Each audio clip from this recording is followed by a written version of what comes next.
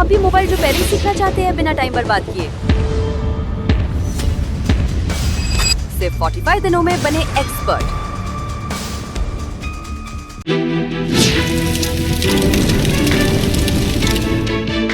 अभी भाई pull up register क्या होते हैं? अभी तक हम लोगों ने 5-6 टाइप के रजिस्टर तो पढ़े थे।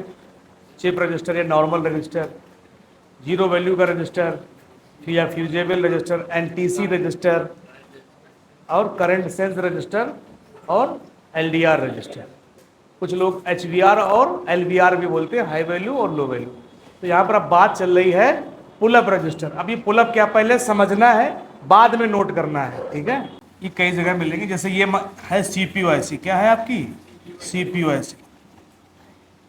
यहाँ पे एक आईसी को लेकर ये मान लीजिए आपकी चार्जिंग आईसी। कौन सी आईसी है? Charging IC. और ये आपकी पावर आईसी। और सीपीयू क्या करता है? चार्जिंग आईसी को क्या करता है? कंट्रोल तो करता ही, पता ही है आपको किससे? एचसीएल और एसडीए से। तो सिग्नल या डेटा, जैसे क्लॉक क्या है? सिग्नल है एचसीएल। और डेटा, तो सिग्नल को भी चलने के लिए पावर चाहिए होता है और डेटा को भी चलने के लिए क्या है? पावर चाहिए। अब हमारी आवाज दूर तक जाने के लिए क्या पावर की आवश्यकता है कि नहीं? तो वो लगा हुआ एम्पलीफायर, अगर हम उसको बंद कर दें यहाँ से तो मेरी आवाज प्रॉपर तरीके से पीछे नहीं जाएगी। तो उसी सिग्नल को भी चलने के लिए, दूर जाने के लिए क्या चाहिए? पावर चाहिए। नहीं तो फिर हमको बहुत दिक्कत होगी, बहुत तेज बोलना पड़ेगा। तो अब ये सिग्नल यहाँ से यहाँ तक जा रहे सीपीयू चार्जिंग आईसी तक कंट्रोल करने के लिए। तो अब इनको पावर चाहिए होता है। इन लाइनों पे क्या चाहिए? पावर चाहिए, ताकि प्रॉपर तरीके से जो यहाँ से सिग्नल जाएगा और डेटा, सिग्नल जाता है और डेटा क्या होता है? रीड और राइट होता है। हर एक आईसी का कुछ ना कुछ एड्रेस होता है। जैसे हमारा तुम्हारा एड्रेस है, आप यहाँ पर बैठे हो, सेकेंड थर्ड फोर्थ क्या है रो में, ये एड्रेस है, गाँव में से एड्रेस है। तो अगर हमें आपके पास जाना तो हमें आपका एड्रेस होना चाहिए। आपसे अगर काम है तो आपका एड्रेस हमें पता होना चाहिए, तभी तुम आपसे काम करवा पाएंगे, है कि नहीं। जैसे मान लो हमें इनसे काम करवाना तो कहेंगे भैया इस लाइन के 4th नंबर पे लोग बैठे, डायग्राम दिखाइए आगे अपना, नहीं बोल देंगे तो आप समझ जाएंगे ऑटोमेटिक। तो सबका एड्रेस है। तो ऐसे हर एक आईसी का एड्रेस होता है। तो उस आईसी से सीपीयू डेटा रीड और राइट करता है, उसके हिसाब से वो इंफॉर्मेशन आपके डिस्प्ले तक पहुंचाता है। एरर होगा तो एरर दिखाएगा आपको। तो इनको चलने के लिए पावर कहाँ से मिलेगा? पावर आईसी से, जाहिर सी बात है भाई, अपने यहाँ ट्रांसफार्मर है, जैसे यहाँ पे क्या है? पावर आईसी लगी हुई है। तो इन दोनों के लाइनों में क्या एक एक रजिस्टर को लगा के क्या लगाया जाता है? बीच में एक रजिस्टर लगा दिया। ये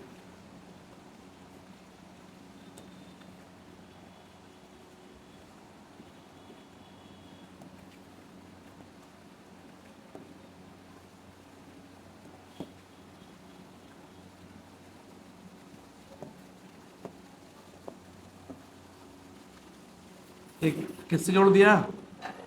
क्लॉक से। और एक किससे? एचडीएस। ये मैंने राउंड ऐसा किया ताकि ये लाइन इससे कनेक्टेड नहीं। एक लाइन कहाँ पे आई? डेटा की लाइन पे और एक क्लॉक पे। तो यहाँ पर रजिस्टर लग गए आपके। तो ऐसे रजिस्टर को बोलते हैं पुल अप रजिस्टर। क्या है? ये सीरीज पे हो गए और इसको पावर देने का काम कर रहा है, तो ये क्या हो गए? Pull up. अब इन पे जो वोल्टेज आता है वो इस तरीके से आपको देखने को मिलेगा, बी रेग L51P8, बी रेग L51P8। कितना वोल्टेज आएगा इस पे? 1. इससे पहले भी हम लोग डिस्कस कर चुके थे कि इस पे क्या आएगा? 1.8 वोल्टेज इनकी लाइनों पे आता, तो यहीं से आता है। अब अगर ये रजिस्टर की वैल्यू बढ़ गई, कम हो गई, ये रजिस्टर निकल गए, तो इस आईसी की कंट्रोलिंग बंद हो जाती है। जब बंद हो जाएगी तो वो आईसी काम नहीं करेगी। जब नहीं करेगी तो फिर फोन के अंदर प्रॉब्लम आएगी। तो ये रजिस्टर्स को चेक करने पड़ते हैं। तो 1.8। अब इनकी वैल्यू अलग अलग फोनों के अंदर अलग अलग देखने को मिलती है। यहाँ पर किसी में आपका 0 वैल्यू का मिलेगा, किसी में 2.2 का मिलेगा, किसी में 1K का मिलेगा, ठीक है, किसी में 4.7K का होगा। तो ऐसे रजिस्टर यहाँ पर देखने को, किसी में आपको 10K का भी देखने को मिलेगा। तो इतने वैल्यू के रजिस्टर्स यहाँ पर लगाए जाते हैं, तो ऐसे रजिस्टर को बोलते हैं पुल अप। यानी कि सीपीयू दो तरीके से समझता है, 1 और 0, लॉजिक हाई या फिर लॉजिक लो। आपने सुना ही है कि फोन के अंदर डिजिटल प्रोसेसिंग होती है, बताया था, हमने भी बताया था आपको, डिजिटल प्रोसेसिंग होती है 1 और 0, 1 0, या इसको बोलेंगे लॉजिक हाई या लॉजिक लो। यानी कि सीपीयू तब समझेगा। अब मान लीजिए यहां पर वोल्टेज है क्लॉक और डेटा की लाइन पे, रेजिस्टेंस पता है, अब अपना नियम भी आप लगा सकते हैं, V is equal to I R. हमारे पास क्या है, वोल्टेज है, क्या है, वोल्टेज है 1.8, और हमारे पास क्या है, रजिस्टर है, रजिस्टेंस है, क्या है, रजिस्टेंस, मान के चलिए 2 R क्या है, 2.2 किलो ओम का है। अब हमें को पता क्या करना है, करंट, तो आई कब इज इक्वल टू क्या हो जाएगा, V अपॉन, ऐसे तो होगा ना मैथ वाले भाई, यही होगा, ठीक है, रख दीजिए। तो वोल्टेज कितना है, 1.8 अपॉन 2.2, करो कितना आया है, कैलकुलेटर से कर दो भाई, कोई कितना आ रहा है, 0.81, ये क्या आ गया, एम्पियर आई, यानी करंट आएगा। तो इस लाइन पर अगर जब तक कितना रहेगा, 0.8 रहेगा, क्या रहेगा, 0.8 वोल्टेज रहेगा, 0.8, तो सीपीयू समझेगा कि भैया सब कुछ सही चल रहा है, क्या चल रहा है, सब कुछ सही चल रहा है। इसको इसी तरीके से बनाया गया। अब रजिस्टर की वैल्यू अगर हाई होगी तो वोल्टेज यहाँ का क्या होगा, कम होगा, सीपीयू समझ जाएगा कुछ ना कुछ पंगा है, सेक्शन बंद कराओ। ये रजिस्टर निकल गया तो वोल्टेज, ये वोल्ट आएगा क्या, सीपीयू फिर समझ जाएगा कुछ ना कुछ लफड़ा है, वोल्टेज नहीं आ रहा है, इस सेक्शन को बंद करो।